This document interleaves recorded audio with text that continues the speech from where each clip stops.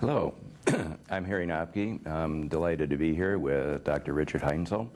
We're going to be talking about matters relating to developing countries, some developed countries, and participation of a variety of individuals and groups in creating better lives for a lot of people.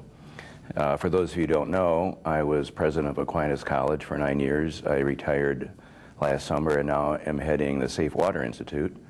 We deal with water, sanitation, and health in developing countries, and we're focusing on Haiti, the Dominican Republic, and Cuba.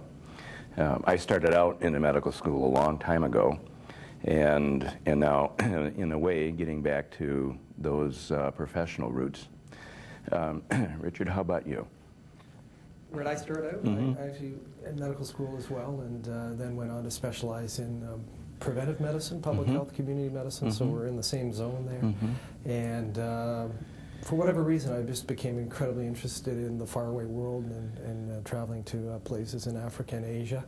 And by happenchance, met doctors from Doctors Without Borders. It seemed to be an organization that I could relate to. It was sort of young people just going for it, trying to do something positive in the world. The ideals were what I believed in, and then I brought that to Canada, started the organization in Canada, and now in the United States and Canada, Doctors Without Borders is a very prominent, important organization. Right. How many subsets are there around the world? Do you have any idea? Yeah, there's, I think officially now they call it 19. It's primarily a European organization. It started in '71 in France and spread, and then came to North America about 10 years ago. Of course, we work not in those countries, but in about 75 countries in the world that are less fortunate than the United States. And the places we work in are the ones that are caught up in war and violence and whatever puts sort of human populations at risk in one way or another. And then, as you know, those places when there's violence or conflict of any source or sort, human security kind of falls apart, and health is one of the first things to go. And it's very difficult to work in those places, and over the years we've developed some expertise in trying to do something positive there. How do you deal with the security issue? For ourselves, for our workers, yeah, you know, I guess in the beginning, maybe we didn't do such a good job of that. We were considered Rambo kind of doctors, just flying in and doing our deal. And then after some time, you knew that you had to listen very closely to the local people. You had to grab whatever information you could to understand what is happening on the ground and when it's safe to move and what you need to do.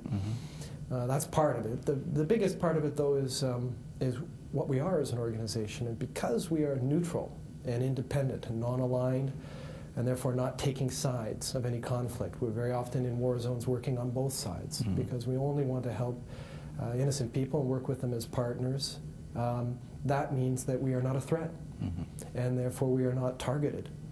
And so we are allowed to do our work, and that gives us the greatest security. Is there some form of induction program for volunteers? How do we get trained?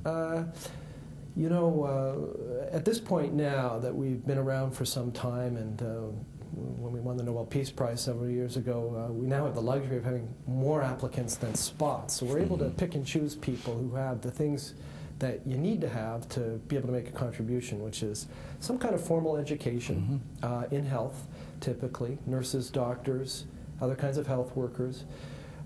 They form maybe half of our people. The other half are administrators and logistics people, because as you well know, those countries are some of the hardest places in the world to simply move things around, get things done on any kind of time frame. First of all. Get it in. When you're talking about vaccines, keeping them cold, keeping your electricity going, making a car run in that kind of mud is often tricky. Not often a car, it's usually a Land Cruiser or something like that. So people have to have those kinds of professional capabilities in the training that got them there in the first place. Equal to that is they have to have some experience in the third world or faraway world. So now people, we find that they've already worked with another organization for half a year or something, or perhaps during their university time, college time, they went off and did an elective somewhere. They spent a summer learning a summer doing learning another language, working with another culture. They need to do that so that they know that they're going to be okay when they go to some place very remote. And we need to know that they can do that too, so that they will be able to be comfortable in places that are often pretty trying to live in. Years ago, the moniker that was used for people who went overseas and were unsuccessful because they didn't appreciate local traditions and cultures and so on was the ugly American. How do you assure that the people who are going out are understanding of traditions and cultures and sensitive to differences from what they're accustomed to in the U.S. or Canada or Europe or whatever? I never come across that stuff. I mean, Americans, Canadians, whatever, they're received very well now overseas in these places, especially with our organization, because people appreciate it.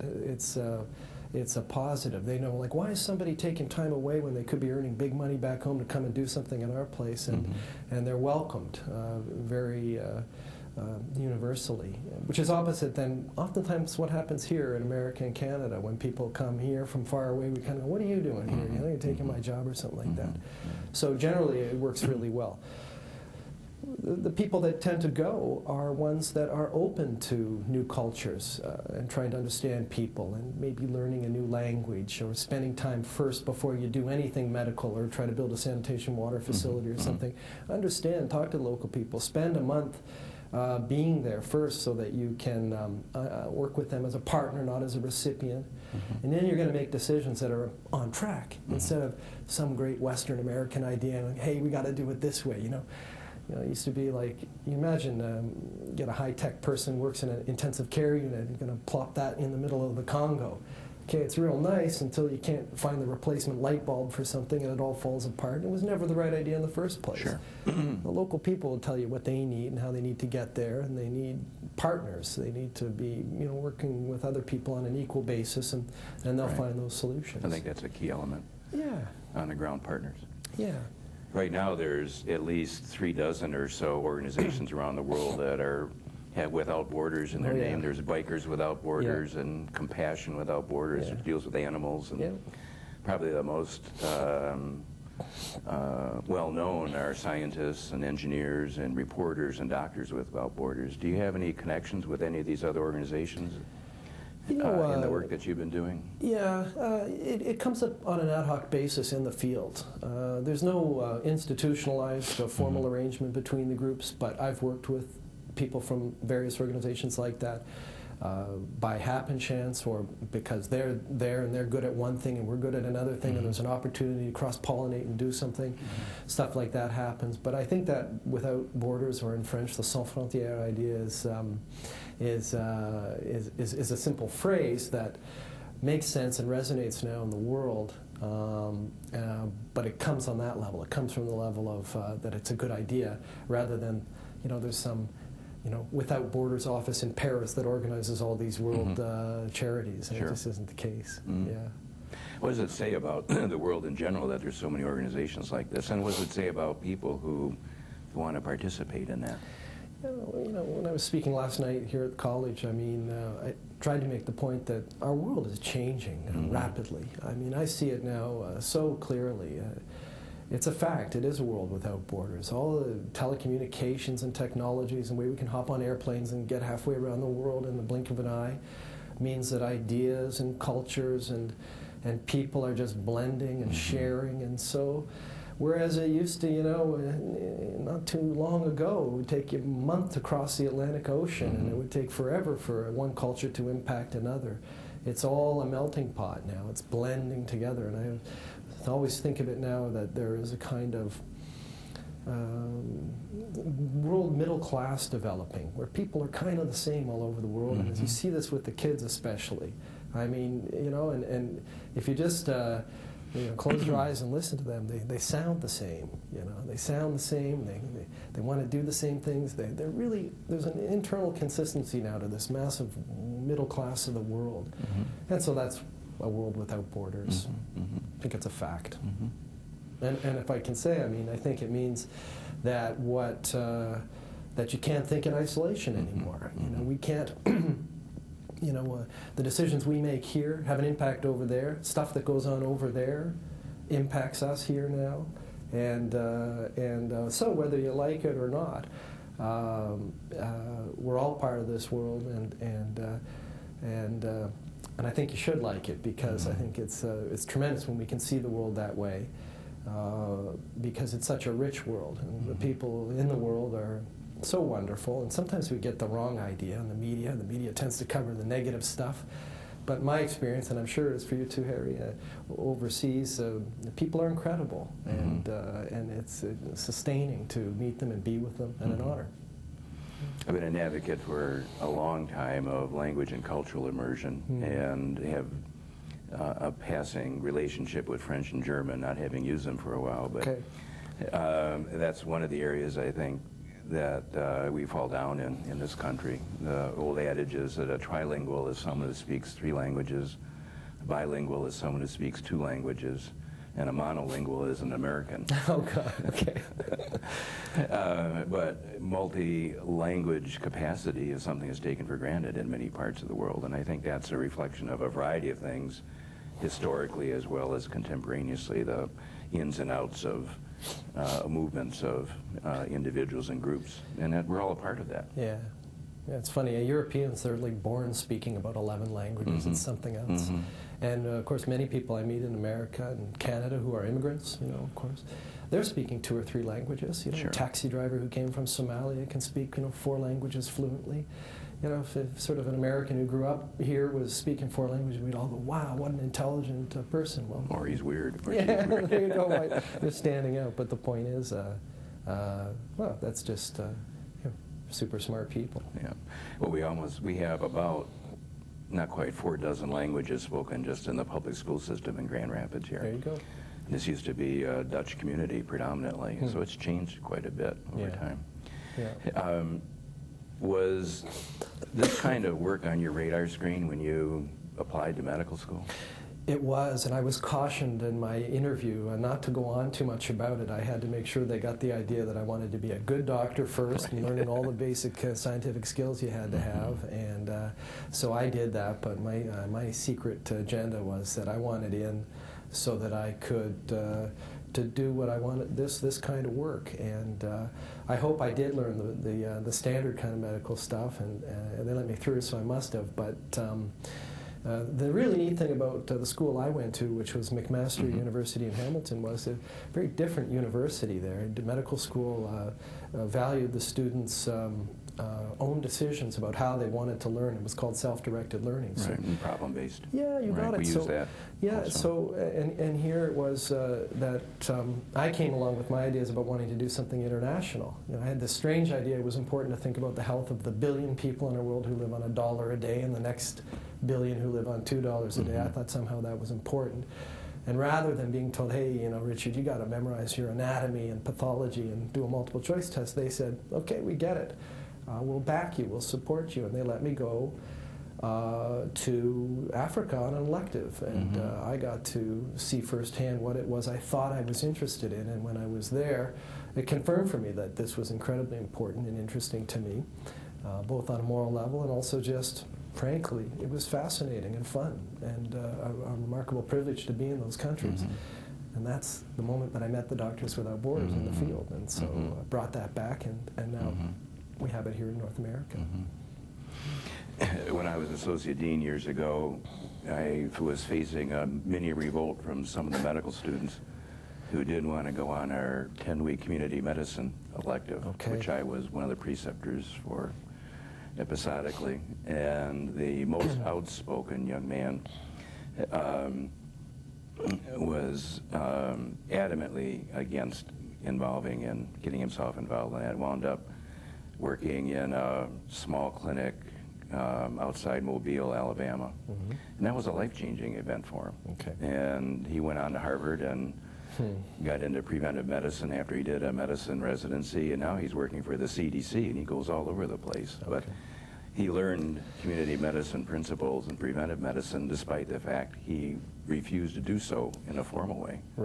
So there's those life-changing events sometimes that are he didn't expect very it, important. and the world taught him something. You must have, in your career, of course, seen so many of your students do something international and have that affect them. I bet you probably never saw a negative experience.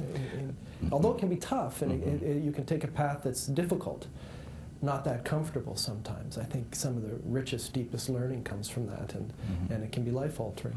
Right. Well, sometimes there's not a good match between a location and an individual. Yep. And if an individual has moved a couple of miles, figuratively, to the left or the right, they'd be in a good situation. And that's why I was wondering about preparation and induction, getting someone prepared to function effectively and efficiently. That's right, because you can have situations where somebody goes overseas, and again, you know, these places can be very isolating. If you're not able to engage, it can be a pretty lonely, difficult experience, and so if you don't set it up right, it cannot work sometimes. Still, you can learn a lot from that. But so we make mistakes in our organization, but generally we get people who have been out there already, and so we know it's going to work. What's the most challenging circumstance you faced in the years you've been doing this? Overseas? Well, each time, I mean, if you think about it, it's pretty strange to think that we can jet into some culture that's been there for 1,000 years and we can sort of flip it upside down and tell them how to do health better or something like that. So every time you go, you run that risk of hoping for too much, not running it on our sort of caffeinated world of deadlines and kind of speed and trying to make things happen. And of course, it doesn't go that way. It doesn't go that way because that's just not the way it is over there. And thank goodness for that. I mean, too, that the pace of life is in a way so superior in these other countries because it's more human, it's more relaxed, it's more beautiful that way. And so it's difficult when I have my agenda, I want to get something done, I want to do it in my way, and then here's this, it's their country, it's their way of doing things, and it kind of goes like this. So again, you get back to really, spending time on understanding. When I was in Cambodia, I spent, every morning for the first half year taking about half an hour of Khmer lessons, just so I could speak the language better, so I could integrate better and understand the community. And we did everything in the community. I mean, we went to the weddings, we went to the celebrations, we went and visited the Buddhist monks and really tried to sort of get what was happening and what it was like so that that could guide our decisions. And I'm glad we did it. Because, you do see international health and other kinds of organizations going in with their big, strong American idea, Canadian idea, and just sort of ramming it through. Right. And typically, the local people are so generous, and they will just say thank you, and let you do it. And then until you're looking the other way, they do what makes more sense. They got to do it their way. And then finally, when you leave, they're going right back to the way they did it. Yeah. Of course, there's the risk that you create some kind of dependency. You kind of get them going in your way, and now a bunch of people stop doing it their way that was kind of working, and now they're doing it your way, and then you're gone. And now they have nothing. Now they have no way. They're caught in between. So yeah, the issue of sustainability is a very important one to address. It really is. I just came back from the Dominican Republic a couple days ago. You're lucky. Yeah, it was lovely. From a weather standpoint, we work in the bateys. There's about 10,000 bateys throughout the country, and these are compounds, for want of a better term, where the Haitian sugarcane workers are kept. And ironically, last year, a couple weeks before my first visit there, to begin the structure of the programs we have, there was a special on MSNBC about slavery in the Western Hemisphere, and they focused on the bateys. When Papa Doc Duvalier sold Haitians to the Dominican sugarcane companies years ago, and that dynamic is somewhat still in place. But what I'm getting to is we work with a hospital that has a relationship with 113 of these bateys, and bringing in clean water and sanitation. And Engineers Without Borders chapter from the Midwest was there where we were. And they had this plan to put in a community filtering system. which I think probably makes sense. We focus on individual homes and that sort of thing. But they didn't do anything because they didn't check with the sugarcane company. There you go. And the company said, this is our property. Right. And the mayor in the surrounding community found out about it and put a stop to it. Yeah. Now, here's a group of probably 8 or 10 college students, engineers, a couple staff members, Yep. faculty members. They're there for a week, and they wound up installing 2 biosand filters in 2 homes. And all this equipment, I don't know what's going to happen to it, because the company said no. Yeah. So preparation, in other words, is something that's very important. Yeah, I mean, flip it around, right? What if a bunch of Dominican Republicans came up here to Grand Rapids Right. and said, "Hey, we're gonna teach you guys how to do your agriculture Right. or how you do a sanitation system." Pretty strange, It's equally strange down there. The issues are that sort of thick and different worldly that you have to kind of consider. So Sure. it's hard. It's hard to help people. And I don't even know if that's what we should be doing, helping people. We should be partnering with people right. and kind of trying to go forward that way. I mean, you know that.